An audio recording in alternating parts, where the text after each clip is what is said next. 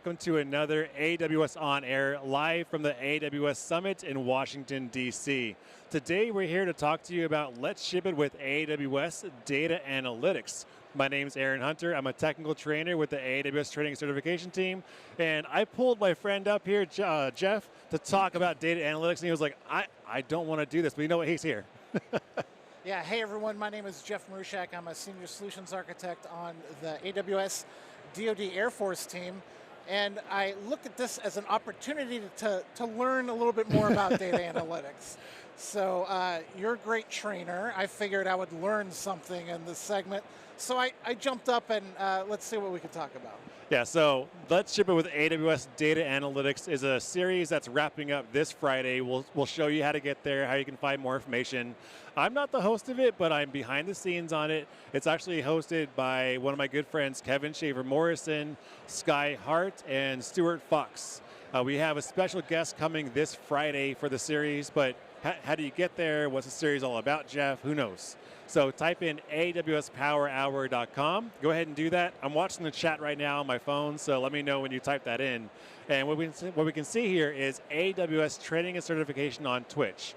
If you scroll down on that page, you're going to see there's 22 different series and shows. It's a whole lot of stuff here, Jeff. A lot of stuff. It's a lot of stuff. But let's go down past the Power Hour Associate Bundle, past Cloud Quest, past Jan Journeys, which we talked about earlier today. Yeah, I mean, you're in some of these, right? I'm going to be in a couple of these. I'm in this one. I'm in a couple of them. All yeah. right, good. But what I'm not in is I'm not in this one. So I'm here to tell everyone who's watching us live today what the series is about and how you can find more information about it. So before we open that up, what kind of questions do you have, Jeff? About the series and data analytics, or what excites you most about it? Well, first of all, let's start with when are the episodes? Yes. So the episodes are on Fridays. 5 of them have already aired. Okay. So 5 of them are on demand. You can watch them. You can watch the 6th and final one this Friday. So if you click on that, go ahead and click, open a new tab. I've cheated. I already have it loaded because, cheating is okay when you're live broadcasting, because the last thing you need is for like some kind of demo or something to go astray. So once you have that page loaded, what you can see is it says, Let's Ship It with Data Analytics. I'll come back to the series overview just so I can answer Jeff's question. When are they? Friday, May 5th is the first one. That's obviously come and gone because it is currently, I don't know, I have something else going on. It's currently June 7th. We're live, people, we are. We're live. It's June 7th at 2:25 East Coast time. There you go. So type your favorite emoji in the chat. Who knows? Let's see if we can get some out there. But if we go all the way down, we can see that there's episode details for each episode. And the 6th and final episode is this Friday, June 9th, in 2 days from now, at 9:30 a.m. Pacific time.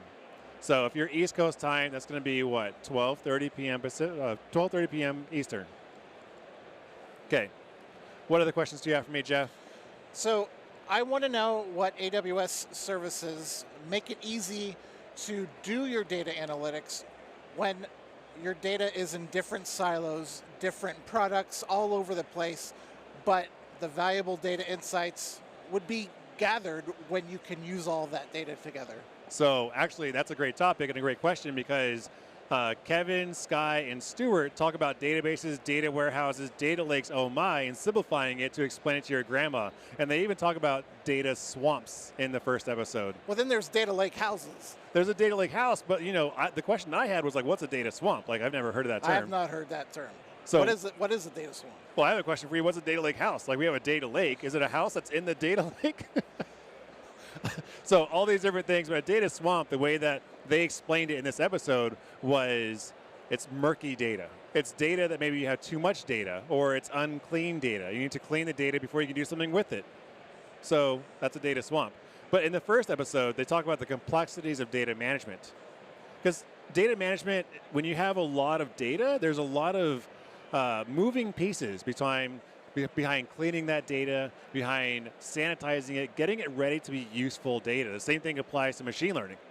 So here, we can say data centralization, governance, and security, because you have a lot of data. You want to make sure that data is not compromised. You have to make sure that you have your hardened systems. Being in the DoD side of the business, how important is security to your customers? It's very important. And what's interesting is that we talk about these services, and it's a little bit easier for me and you to say, oh, we would just start doing data analytics with this. But we have customers that have products and data spanning back 20 years that they want to use, and data from newer sources, and it's mind melding those two together. Yeah, exactly. Yeah.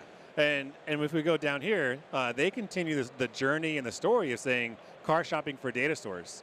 So when I did a review session with Sky, and when I watched this episode, go back and watch the episode, everyone, because this episode is really fun. They talk about buying cars and how the data, the decision that we make to purchase a car is always data driven.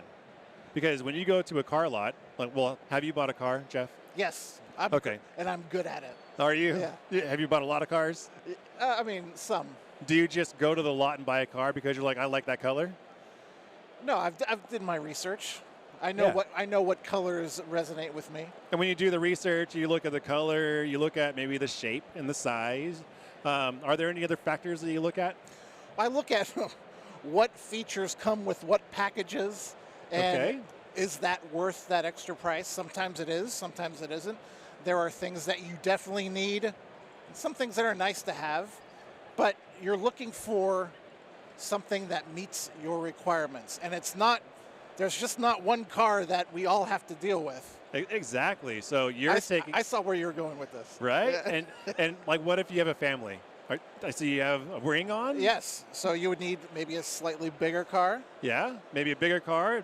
Do you have any kids or pets? I have pets and some stepkids. So okay, and then family members that you pick up from the airport? Yeah. Yeah. So all of those factors, that's all data that we have to take with our personal lives, and the same thing applies to our work lives, because we still have car shopping, buying experiences where we need to make decisions based on the data. Yeah, well, that's interesting, because previously, it's usually we are going to use, in this case, the data store or a database. We're going to use the database that our company has been using for the last 10 years. Why? Because we have enterprise support for it. We have a relationship with that. Does every database have to be SQL? No. No. It's right sizing. It's finding the right solution. Yeah. And it's also, would you buy a bus to go to the grocery store? No, probably not. So right sizing your workloads as well. And they talk all about right sizing workloads here in this episode too. Well, yeah. What if like your uncle was a salesman at a school bus sales? Like, it would be easy. That's a different story. Yeah. That would make very interesting and confusing holiday meals. So let's not go down that path. So episode 3, let's build a data pipeline architecture discussion. This is part 1. So part 1 means that there's probably a part 2. And we can see down here at the bottom of the screen there is. So in the 3rd episode, Sky, Kevin, and Stuart take a look at common data architectures. And when we think architectures, we're thinking maybe in the region where it lives, maybe the type of data that we need to store, the efficiency of that data. Maybe it's writing the data and also reading the data, and the frequency of how often we're reading that data too, because maybe we can write once, read many. Maybe also like compliance, because with the compliance standpoint, we want to make sure no one can delete that data over a given period of time. And sometimes we have to prove to auditors that that is in place. Yes. So the artifacts and the evidence behind some of those is needed as well. Exactly. So they go into data pipelines, or maybe even having one built for us, because we can automate things. So in the 4th episode, they get hands-on, even more hands-on than they were in the first 3 episodes. And they go into the console, they create data lake, there's that word, data lake, resources. And it really is, they show how simple it is for us to get started and for you to get started. So you can build a data pipeline, learn from some common pitfalls, because developers learn from themselves. Developers learn from their own lessons, because let's face it, we are not born great. We are developed into greatness. I'm still far from it, by the way. We all are, yeah. It's a work in progress. Yeah, constant lesson learned. So, well, I mean, I'm trying to learn as we're talking. So. I mean, hey, me too. So there we go. So low code. I've heard this a couple times. we can develop our own solutions. We can create data stores. We can have Lambda functions that are automating things. We can use Amazon Event Bridge to have event-driven architecture. But what does low-code mean to you with data pipeline? Well, I won't go into data pipeline, but I know low code is kind of a really important word for people like me who are not inherent developers, Yeah. who want to build solutions without having to go in and use a compiler, or maybe even, if you're using Python, you don't need a compiler, but you don't have to code. You can build your solution with no or low code. Exactly. So, yeah. Yeah, so because we've learned from developers and the pitfalls that the developers have made, we've created best practices.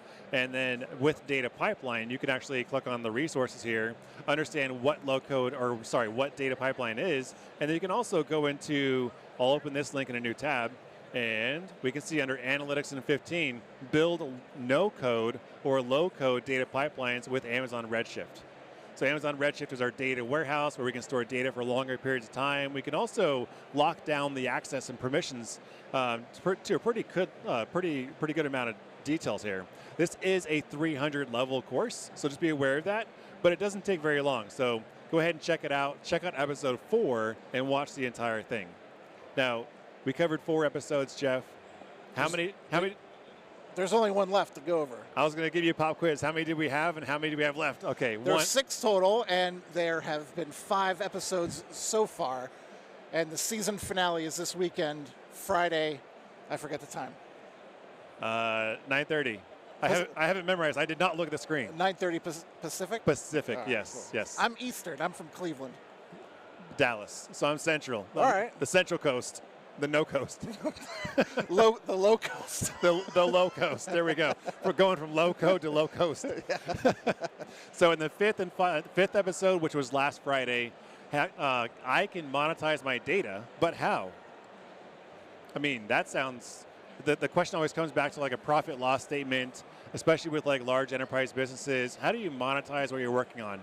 And what do you think they're going to talk about here? Well, I see AWS Marketplace where you would be able to lease out or sell some of your AMIs for your solutions, but I also see data exchange. So what if you've collected a bunch of data that other people, other industries might use, and maybe you don't even realize it, but if you think you have some data that you think is valuable, you can throw it up on data exchange. I don't know the details on it, but it sounds like you can profit from that. Yeah, but also at the same time, like data and selling data, I don't know about you, but I start to get scared by that. So there's compliance reasons around it. They go into the details about this. They really dive deep into the compliance around selling data or data exchange and how the service can help protect you. But you know what? The same thing with all the other episodes. There are resources here, so we can go ahead and say, what is a data exchange? So we can pull that up. So AWS Data Exchange, where you can easily find, subscribe to, and use third-party data in the cloud, which includes yours. Because if you have data that's going to fall within the data exchange parameters, I don't know, is there money involved here, or is this where you're allowing other people to use your data? That's what I don't know. It could be both. It depends on how you have it set up. Okay, cool. Yeah, so get out there, take a look at AWS Data Exchange, watch the 5th episode. Sky and Kevin both do a really good job of even talking about selling hot dogs and data from that. Creating your own business, having snowmobiles or pogo stick business, and what kind of data you can get there and how you might be able to leverage that. I do see a comment in the chat as a reminder for all of us. So if you're enjoying the show, let us know how we did by taking a real quick 5-minute survey. There's a link in the chat for everyone. So go ahead and check that out while we're here. Speaking of 5 minutes, that's about how much time we have left to talk about our 6th episode and then wrap up the entire series. So as my wife would ask, are there scenes for the next episode? I don't know if there are scenes for the next episode, but you know what? It says future of data in the cloud. So we came from this backstory of simplifying data and demystifying it and being able to explain it to our grandma and then diving deeper and deeper and deeper over the episodes. And then now talking about the future of data. So you think data, and where does it exist? Where does it go? Where does it come from? But what's next? So what's next here is the final episode, taking a glance at the future of data in the cloud, where Kevin, Sky, and our mystery guest, I know who the person is, come in Friday, 9:30 a.m. Pacific time, and watch our data analytics expert talk more about the future of generative AI and using data. Now that's a buzzword. It is a buzzword, but there needs to be data for generative AI to do all the cool stuff it's doing. It is. So we're really setting the stage here. Yes, yes.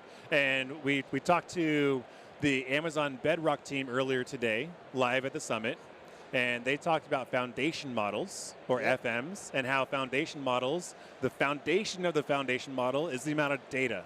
Yep. Just like with GPT-3, GPT-4, that's this whole thing. And I'm not talking about ChatGPT, I'm talking about the GPT itself.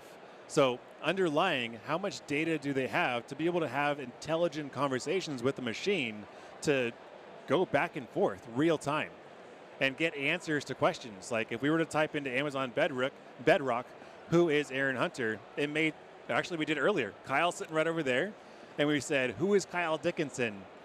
Amazon Bedrock says, Kyle Dickinson is a football player. And you know what? Kyle looks like he could be a football player. Yeah. But he likes hockey, so there's that. Yeah, and so I like how this is really bringing home not only generative AI, but it's setting the stage. We need a lot. There needs to be a lot of data going forward. So how do you manage that data, bring it in from different areas, and prepare it for these future topics that you're going to want to use your data for? Exactly. Yeah. And cleaning it. Sanitizing the data. So the entire series walks you all the way up to getting to the point where you can use all that data, and you can use it in a way where you can do some amazing generative AI stuff with it. Have it in Amazon Redshift, have it in Amazon S3, use glue crawlers with, you name it, right? Yep. Athena queries. Queries. Yep. Redshift serverless. Oh, now we're going down the serverless land. You can use, S3 Lambda functions, right? Yep. So that way you can go into your Amazon S3 buckets and extract the data that you need without exposing more details than what's necessary. Oh gosh, so much that we can do with it. But let's go ahead and wrap up the whole series here and say, join us live on twitch.tv/AWS at 9:30 a.m. Pacific. But you know what? Beyond that, give us a follow here on the on-air team, twitch.tv/AWS on air. Don't forget to fill out the survey. It's in the chat. What else do you want to say for everyone who's watching? Well, we do a weekly AWS on-air show every Friday at noon Pacific time. So it seems like if you're going to watch this last episode, you can just stick around and watch the AWS on-air show at noon. Exactly. All right, everyone. Thank you so much for watching. We just talked about Let's Ship It with Data Analytics. The sixth and final episode is this Friday at 9:30 a.m. Pacific on twitch.tv/AWS. Do the survey. The link is in the chat. Let us know how we did today, and we'll see you in the future. Take care, everyone.